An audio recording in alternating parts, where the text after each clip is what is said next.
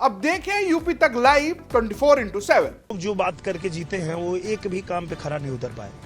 मैं जो बात करके जीता हूं मैं वो हर काम कर रहा हूं। काम वो हो रहा है जो कभी नहीं हुआ, तो निश्चित रूप से किसी को भी काम ही चाहिए। और आज जनता जागरूक हो चुकी है, जान चुकी है कि भाई जब केंद्र में सरकार मोदी जी को ही बननी है, पूरा देश चिल्ला रहा है कि मोदी जी फिर आएंगे, तो आजमगढ़ अलग कहीं जाके क्या कर लेगा, अपना ही दुर्भाग्य करेगा अगर सरकार के साथ नहीं जुड़ेगा तो। चाहे जितना जोर लगा लो, चाहे जितना शोर मचा लो, जीतेगी बीजेपी ही, आएंगे फिर योगी ही, आएंगे फिर योगी ही।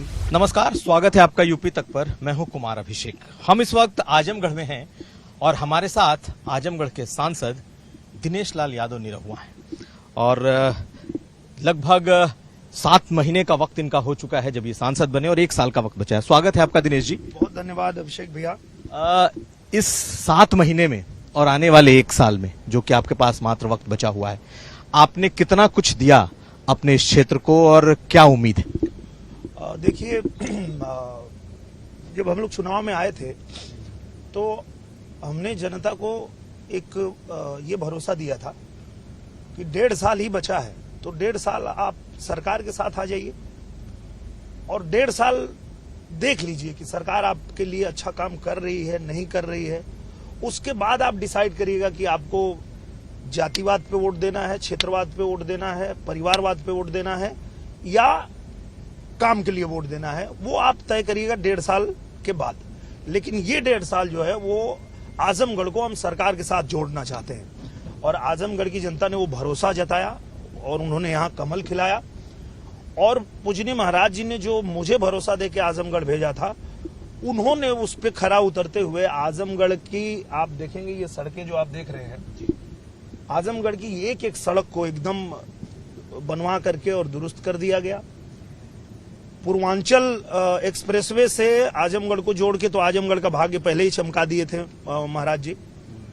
उसके बाद यहाँ जो जो काम अधूरा रह गया था, नहीं हो पा रहा था, उसके लिए जैसे हरियोद कला जो एक केंद्र है उसके निर्माण के लिए हम लोग निवेदन किए थे। पूजनीय महाराज जी को मैंने बताया था कि यहाँ हरिहरपुर एक गांव है जहाँ किसान लोग संगीत की साधना करते हैं और वो बड़े गरीब लोग हैं और इस कगार पे पहुंच चुके हैं कि वो गांव छोड़ के जाना चाहते हैं। उनका कहना है कि हम मतलब बचा ही नहीं हमारे पास कुछ। तो पूजनीय महाराज जी कहे कि चलो उस गांव में चलते हैं। आए, उस गांव में आए, उस गांव के लोगों से मिले, जो बच्चे साधना करते हैं उनको सुने और फिर महाराज जी ने कहा कि यहाँ संगीत महाविद्यालय बनवाते हैं ताकि इनके लिए एक अच्छा हो जाएगा। और आज हमारे देश के यशस्वी गृह मंत्री जी उस संगीत महाविद्यालय का भी उद्घाटन करेंगे। और जो कुछ ऐसी सड़कें थी जो नहीं बन पाई थी, जो हम लोगों ने चुनावी मुद्दा भी बनाया था, रासेपुर तितरा मार्ग और बिलरियागंज रौनापार मार्ग, ये 2 मार्ग ऐसा था जो जब मैं चुनाव में गया था तो लोग कहते थे आई रोडवा ना बनी, तो हम बोलते थे कि तो मौका दो ना, क्यों नहीं बनेगा भाई, आप लोग इस गड्ढे में जी क्यों रहे हो, क्यों ऐसा ये गड्ढे इसको बना के रखे। बोले गढ़ है, पूरा गढ़ ही बना दिया, तो ये ऐसा क्यों आप लोग जी रहे हो, आप बदलो, आप सरकार के साथ चलो, अपनी सोच बदलो। और जनता ने वो किया, भरोसा दिया। तो आज पूजनीय महाराज जी उस भरोसे पे खरा उतरते हुए और पूजनीय गृह मंत्री जी के हाथों आज उन दोनों मार्गों का भी शिलान्यास करेंगे। लेकिन अब एक बात है, आपके पास वक्त कम है, 1.5 साल का ही आपको वक्त मिला। आपको लगता है कि जनता पर भरोसा करेगी 2024 में? हाँ, पूरा भरोसा करेगी, क्या कर रही है। गांव गांव में आज जब ये सड़कें दौड़ रही हैं और बन रही हैं, उसके अलावा आजमगढ़ का जो पुल नहीं बना था वो सारा पुल बन गया। आजमगढ़ जो 70 साल से मांग रहा था कि मुझे बनारस और गोरखपुर से सीधे जोड़ दिया जाए, वो पास हो गया, जो 70 साल में नहीं हुआ 7 महीने में। रेलवे का क्या? रेलवे का रेल मार्ग, जो नया रेल मार्ग बन रहा है वो माननीय रेल मंत्री जी ने पास कर दिया, तो उनको हम आभार व्यक्त करते हैं आजमगढ़ की जनता की तरफ से। तो काम वो हो रहा है जो कभी नहीं हुआ, तो निश्चित रूप से किसी को भी काम ही चाहिए। और आज जनता जागरूक हो चुकी है, जान चुकी है कि भाई जब केंद्र में सरकार मोदी जी को ही बननी है, पूरा देश चिल्ला रहा है कि मोदी जी फिर आएंगे, तो आजमगढ़ अलग कहीं जाके क्या कर लेगा, अपना ही दुर्भाग्य करेगा अगर सरकार के साथ नहीं जुड़ेगा तो। नहीं, लेकिन यहाँ पे यही सवाल है ना कि आजमगढ़ ऐसी भूमि है जो ज्यादातर हमेशा देखा गया है कि ज्यादातर वक्त वो समाजवादी पार्टी या बीजेपी के विरोध में रहा है। 2022 में भी सभी के सभी विधायक जो हैं वो समाजवादी पार्टी के जीते हैं। ऐसे में दिनेश लाल यादव निरहुआ कितना कॉन्फिडेंट है कि आप ही जीतेंगे? मैं इसलिए कॉन्फिडेंट हूं कि वो लोग जो बात करके जीते हैं वो एक भी काम पे खरा नहीं उतर पाए। मैं जो बात करके जीता हूं मैं वो हर काम कर रहा हूं, क्योंकि मैं सरकार में हूं। मैं तो यही बात कहा। लेकिन जो जातिगत समीकरण है वो आपको नहीं लगता कि यहाँ पे आपके खिलाफ है? यहाँ तक अब नहीं है। वो तो जो लोग कह रहे थे कि बड़े नेता हैं अखिलेश यादव जी, वो ये देख लिए कि बड़े नेता को चुना तो 3 साल में छोड़ के भाग गए। एक छोटे नेता को, हम भी तो यादव हैं, हम कहाँ कोई दूसरे हैं क्या, हम भी यादव हैं। तो हमको चुना तो हमने तो करके दिखाया 1.5 साल में। तो आप कह रहे हैं आप यादव हैं, लेकिन यादव किसके साथ है? यादव जो कि सबसे बड़ी जाति के तौर पर यहाँ पर है, बिरादरी के तौर पर थे, लेकिन अब मेरे साथ हैं यहाँ पे। पहले उनके साथ थे, इसमें कोई दो राय नहीं है। उनको ही मौका दिया था 19 में, उनको ही जिताया था, मुझे नहीं जिताया था। अखिलेश यादव जी ही जीते थे और जितना भी चाहिए था। राष्ट्रीय अध्यक्ष एक पार्टी के इतने बड़े नेता हैं, पर वो इतने बड़े नेता को जब चुनता है, जैसे आज बनारस ने पूजनीय प्रधानमंत्री जी को अपना सांसद चुना है, तो इस उम्मीद में चुना था ना कि हमारे लिए अच्छा होगा। तो आज आप बनारस को देखिए, स्वर्ग की तरह एकदम से चमका दिए हैं मोदी जी। तो वही उम्मीद तो आजमगढ़ ने भी करके अखिलेश यादव को बड़े नेता के रूप में चुना था, पर वो 2-2.5 साल में छोड़ के भाग गए, चले गए। किसके सहारे छोड़ के चले गए पता नहीं। अच्छा तो है कि उनका परिवार से ही कोई आएगा, हो सकता है शिवपाल जी आए, उनका परिवार आ जाए, आए फिर बड़े नेता आएंगे, फिर आपके लिए बड़ी चुनौती होगी। मैं छोटी चुनौती कभी लेता भी नहीं हूं, मैं बड़ी चुनौती ही चाहता भी हूं कि मैं अगर अपना 50 करोड़ की जनता जो मेरी फिल्में देखती है, एक एक फिल्म 50 करोड़ लोगों का प्यार मिलता है, उसको मैं दाव पे लगा के और आजमगढ़ के 20 लाख लोगों की सेवा करने के लिए आया हूं, तो मुझे भी बड़ा नेता ही चाहिए। मैं छोटा मोटा लड़ाई लड़ने थोड़े आया हूं यहाँ पे। आपको भी लगता है कि जब बड़े लोग आएंगे तभी आपके लिए बेहतर होगा, आप जीतेंगे? नहीं, जीतना हारना अलग चीज है, लड़ने में मजा आएगा। मैं लड़ने वाला आदमी हूँ, जीत हार क्या होती है। तो शिवपाल जी से लड़ने को तैयार हैं? एकदम।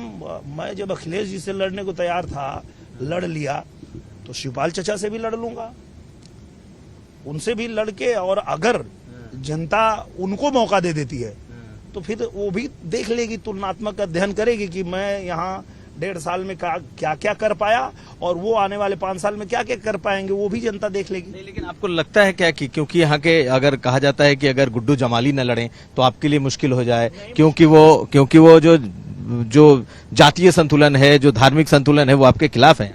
वो अभी काम के द्वारा बदल दिया गया है। पूजनीय प्रधानमंत्री जी की जितनी योजनाएं यहाँ लागू हुई हैं, पूजनीय मुख्यमंत्री जी की जितनी योजनाएं लागू हुई हैं, घर घर में जो राशन पहुंच रहा है, जो लोगों का भरोसा विश्वास सरकार के प्रति आया है, वो सिर्फ जातिगत नहीं, धार्मिक जो है वो भी झुकाव आया है। जो यहाँ मुसलमान भाई हैं वो भी अभी योगी जी महाराज जी के और हमारे प्रधानमंत्री जी के सपोर्ट में आ रहे हैं। लेकिन अगर हम लोग 22 का चुनाव देख लें तो 100% जो है यादव मुसलमान, ये जो दो बिरादरी है, इन्होंने अखिलेश जी को वोट किया है, तो ऐसा सीट आपके लिए खतरनाक? जोर लगाया, उन्होंने आखिरी जोर लगाया था कि वो अखिलेश यादव जी को मुख्यमंत्री बना देंगे, पर मैंने उनको पहले ही कहा था कि चाहे जितना जोर लगा ला, चाहे जितना शोर मचा ला, जीतेगी बीजेपी ही। और गा भी दीजिए आप, इतना बढ़िया गा।